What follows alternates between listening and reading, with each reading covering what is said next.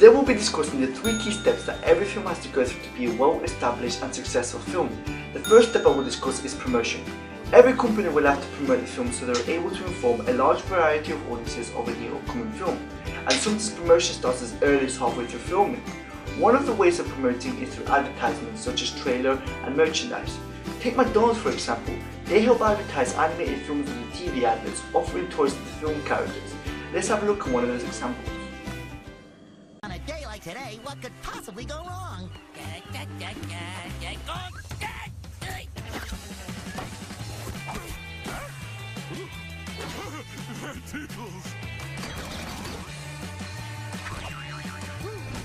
It's time to make way for cuties. I got it. The only thing better than this fresh fruit choice Saved by the bubble. is teaming it up with a wacky straw topper from the SpongeBob movie, Sponge Out of Water, rated PG in your McDonald's Happy Meal. As you can see, McDonald's plays a big role in the promotion of certain films, but it's not just animated films that get promotion for merchandise. There are also advertisements for films such as Transformers and The Avengers. Now let's have a look at one of those examples. Who dare cross the Avengers? It's Loki. Wait! I forgot my shield. I think my mom has it. I'm over here. Come on, guys. Hey, Mom, we're looking for Loki. Did you look over there?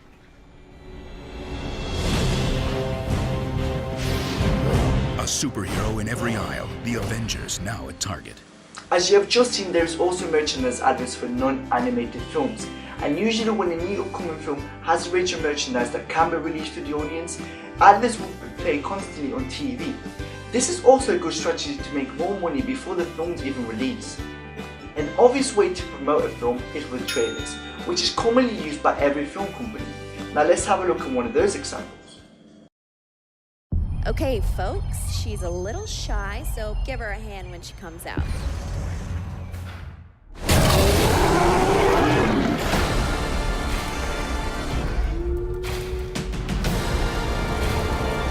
Eyes on me. Good. We have a new attraction. Think it'll scare the kids? This will give the parents nightmares. He just went and made a new dinosaur? Probably not a good idea.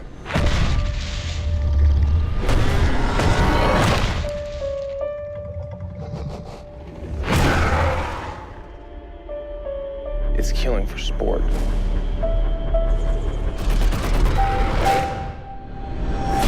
You got 20,000 people with nowhere to go. We're going after it with everything we got. We're safe in here, right?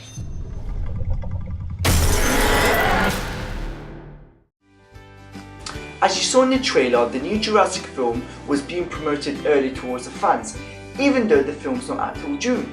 This is a technique of attracting audiences early. Other ways of promotion are of course your typical posters, billboards, teaser images. For example, in the new upcoming film Batman vs Superman, which is to be released in 2016, is now currently receiving a large amount of promotion, and that has been labelled on the web as leaked. This is to make the audience feel excited, as they believe they are watching or seeing some scenes of the film that shouldn't have been posted. Let's take a look at one of those so-called leaked trailers.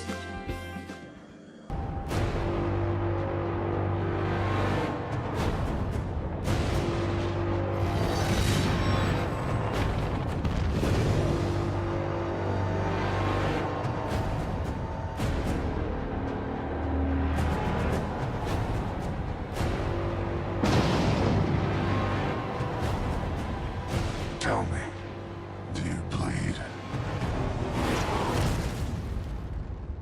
You will.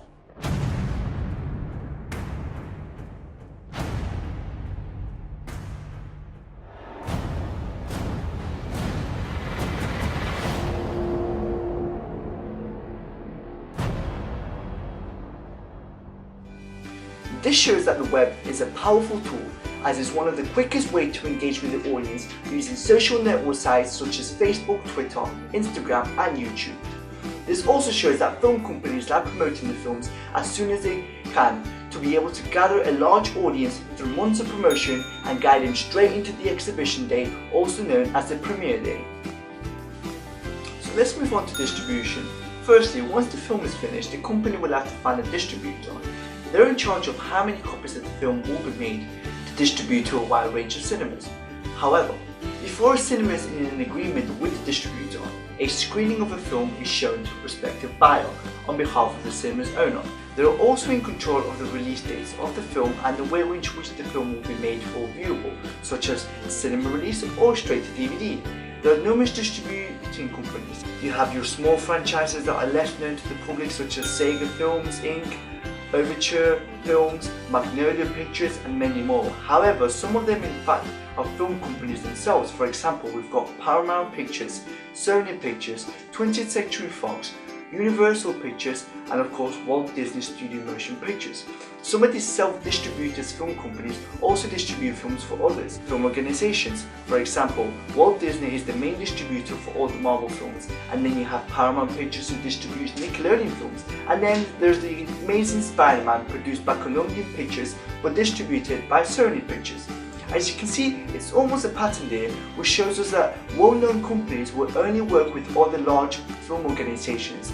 Now this could be because they invest so much in making the film that they trust other well-known companies to distribute the films correctly.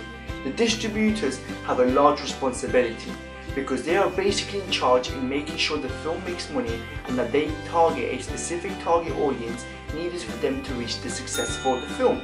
They also have to choose certain cinemas from around the world which they believe their film will make the most money. Then they have to ensure they get approved by the cinemas, which is quite of a long process. Distributors will also have to ensure that advertising material is included in each film. This will in turn help the exhibitor attract a large possible audience, but it also helps promoting other films made by the same company. Distribution has changed slightly, as there are now a variety of distribution platforms available in this decade. Apart from the traditional cinemas release, we now have Netflix, iTunes, TV broadcast, Google Play and many more. So now we will discuss about exhibition. Every film will eventually have to be exhibited for the audience to see and for the filmmakers to gather their reaction. Hence the reason why you need a distributor, as discussed before. For independent filmmakers, the exhibition stage is not that much different from a Hollywood film premiere. For example, I attended the Keswick Film Festival. Once you arrive, you will get a small card which shows names of all the films, the time it starts and the location where it's being exhibited. This is where the similarities of a blockbuster film comes in, as once you are in the theatre room, the director with some of the cast will be in front of everyone discussing a few things about the films. The director will talk about how much it meant to him to make it, the process they had to go through to complete it, and that he hopes the audience enjoys it. Then the cast will also talk, telling the audience how great it was to be a part of the film and how amazing the film looks. This information provided helps them keep the audience interested in the film that they're about to see. Usually in a film festival, after a film has finished, a voting card will be provided to the audience. This information gathered will be able to show the director if the audience responded positively or negatively towards his film.